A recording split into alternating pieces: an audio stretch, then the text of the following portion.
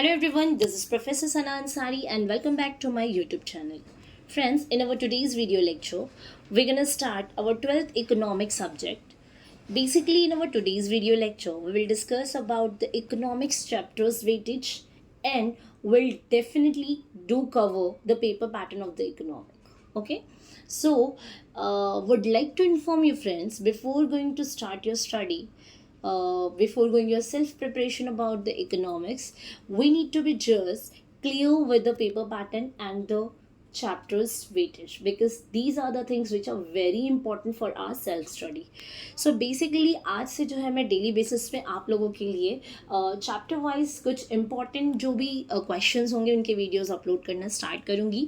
So let's learn together friends. So the very first thing which are very important we need to be discuss over here, and the topic is the chapter weightage. So total we have 10 chapters, because the chapter number 3 is splitted into two part, that is part A and part B. So total we have a 10 chapters over here. So according to these 10 chapters we're going to discuss about the economics chapters weightage. So basically 10 chapter आप जो screen पे देख पा रहे हैं, very first we have introduction to micro and macroeconomics, utility analysis, demand analysis, elasticity of demand, supply analysis, it is supply analysis, forms of markets, index numbers, national income, public finances in India, money market and capital market, and last we have a foreign trade in India. So here we have a two more columns, that is without options and with options. These are the marks columns friends, जहाँ पर मैंने आपको specifically mention किया है कि हमारा जो paper होता है ना friends, see we know that we have to just write it down the 80 marks का क्वेश्चन पेपर, राइट. 20 मार्क्स जो एबीटी पे होता है, जो मार्क्स आपकी कॉलेज के हाथ में होते हैं. सो भाई यहाँ पर तो आपने अच्छी तरीके से मेहनत करनी है फ्रेंड्स, क्योंकि वो मार्क्स आपकी कॉलेज देती है जो कॉलेज के एंड से बोर्ड को दिया जाता है. सो हमारा जो मेन काम है ना, वर्कलोड थोड़ा सा कम हो गया है, that is 80 marks instead of writing about the 100 marks. ठीक है. सो यहाँ पर जो है ना, मैंने आपको विद ऑप्शन और विदाउट ऑप्शन, मतलब पेपर जो है ना फ्रेंड्स, अगर आप काउंट करेंगे तो पेपर टोटल ना 116 मार्क्स का कुछ होता है, but we are suppose to write just 80 marks का paper. So 116 is with options वाला मार्क्स एंड 80 विदाउट ऑप्शन वाला मार्क्स. ठीक है. So we just need to focus on that without option वाला, क्योंकि आपको तो इतने कवर करने ही है.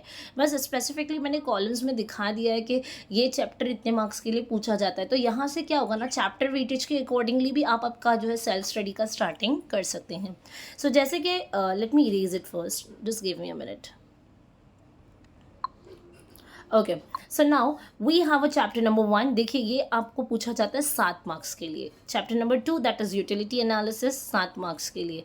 फिर 3 is for 8, 4 is for 8, 5 and 7, 5 and 6 for 7, 7, 8, 8, 8. You can see over here. But the thing is that friends, यहाँ पर जो है ना, जितने भी मार्क्स दिए हुए, ये किसी एक स्पेसिफिक क्वेश्चन के लिए नहीं दिया गया. जैसे for example chapter number 1 that is introduction to micro and macro economics, it's for the 7 marks. ठीक है. तो ये 7 मार्क का हो सकता है. आपको ऑब्जेक्टिव में फिल इन द ब्लैंक्स पूछ ले, ऑड मैन आउट पूछ ले, या डिस्टिंग्विश पूछ ले, या लॉन्ग आंसर में पूछ ले, या 4 मार्क्स के लिए पूछ ले. तो कहीं से भी किसी भी तरीके का क्वेश्चन पूछा जा सकता है फ्रेंड्स.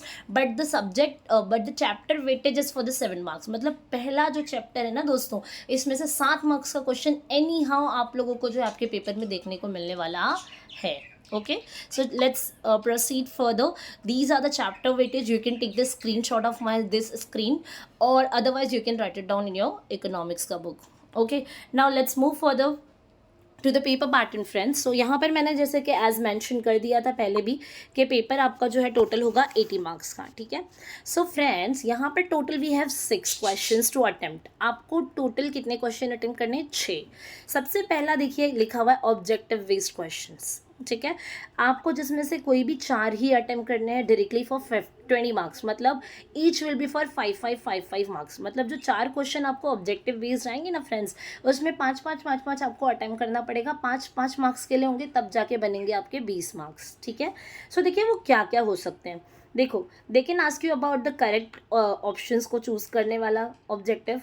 कोरिलेशंस पूछ सकते हैं, गिव इकोनॉमिक टर्म पूछ सकते हैं, फाइंड ऑड वर्ड आउट पूछ सकते हैं, सेंटेंसेस कंप्लीट करने के लिए पूछ सकते हैं, और एसेशंस एंड रीजनिंग के क्वेश्चंस भी आ सकते हैं. So total we have 6. इन 6 में से कोई भी 4 आपको आपके बोर्ड एग्जाम में देखने को मिलेंगे डायरेक्टली फॉर 20 मार्क्स. सो देखिए ये तो बहुत ही सिंपल एंड सॉर्टेड था फ्रेंड्स. यहाँ पर मार्क्स को गंवाने की बिल्कुल भी आप गलती ना करें. यहाँ पर कोशिश करें कि ज़्यादा से ज़्यादा, क्योंकि एक या दो वर्ड लिख के you guys are going to get the 20 marks. So these are the very time saving questions for us. Now let's proceed further. Here we have a question number 2, that is attend the following. यहाँ पर दो part है. Identify and explain the concepts. कुछ आपको scenarios दिए रहेंगे. You just need to identify the economic term and also you guys have to explain these terms. ठीक है. देखिए 5 पूछे जाएंगे, आपको attempt करना 3 for 6 marks, मतलब each will be for 2 marks. Please write it down friends, अगर आप ये देख रहे हैं और लिख रहे हैं तो. Second is distinguish between. 5 पूछी जाएंगी, आपने attempt करना 3, each will be for 2 marks because these 3 questions are will be for 6 mark के लिए. तो 6 मार्क को अगर आप 3 क्वेश्चंस में डिवाइड करेंगे तो हर एक क्वेश्चन का मार्क्स बनेगा 2 2 2. ठीक है, चलिए बढ़ते हैं क्वेश्चन नंबर 3 की तरफ. Answer the following questions. Again यहाँ पर कुछ क्वेश्चंस दिए जाते हैं फ्रेंड्स. 5 दिए जाते हैं, 3 अटेम्प्ट करने पड़ते हैं 12 मार्क्स के लिए. मतलब यहाँ पर आपको जो क्वेश्चन पूछे जाएंगे फ्रेंड्स वो होंगे आपके 4 मार्क्स के क्वेश्चंस. ठीक है, और पढ़ते समय डेफिनेटली मैं आपको बताऊंगी कि ये क्वेश्चन 4 मार्क के लिए इंपॉर्टेंट है, ये क्वेश्चन 2 मार्क के लिए इंपॉर्टेंट है, या फिर ये क्वेश्चन 8 मार्क्स के लिए इंपॉर्टेंट है. चलिए आगे बढ़ते हैं. क्वेश्चन नंबर 4 इज अग्री और डिसअग्री. यहाँ पर भी अगेन आपको 5 क्वेश्चंस दिए रहेंगे. You guys have to attempt any 3 out of 5. ठीक है, again for 12 marks. So again each question will carry 4 marks. I hope आपको यहाँ तक का पेपर पैटर्न समझ में आ गया. Now we have a question number 5, that is here the examiners are going to give us some tables, figures, pictures. These are the one type of a case studies. ठीक है, so यहाँ पर again you guys have to attempt any 2 questions out of 3 and each will be for 4 marks because the total marks is 8. 2 लिखना है तो each will be for 4 marks. And last question is answer in detail. अब यहाँ पर बनते हैं आपके बड़े आंसर्स. ठीक है, 3 दिए रहेंगे फ्रेंड्स, लिखना 2 ही है. बड़े आंसर्स जो डायरेक्टली 16 मार्क का वेटेज रखते हैं, मतलब each question will be for 8 marks. यहाँ पर आपने बहुत अच्छे से आंसर लिखना है. 2 ही आते हैं, और क्या आते हैं, क्या आने की चांसेस ज़्यादा है, वो डेफिनेटली मैं आपको क्वेश्चन बैंक के साथ पढ़ाऊँगी. ठीक है, सो यहाँ पर हम लोगों ने एटलीस्ट जो हमारा इनिशियल पार्ट था 12th इकोनॉमिक्स में अच्छे मार्क्स को अचीव करने की तरफ फ्रेंड्स हमने वो आज स्टार्ट कर दिया.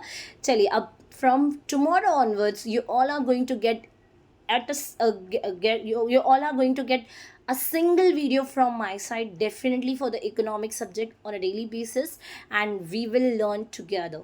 Okay, so that's all enough for today friends. Bye bye, have a nice day and take care everybody.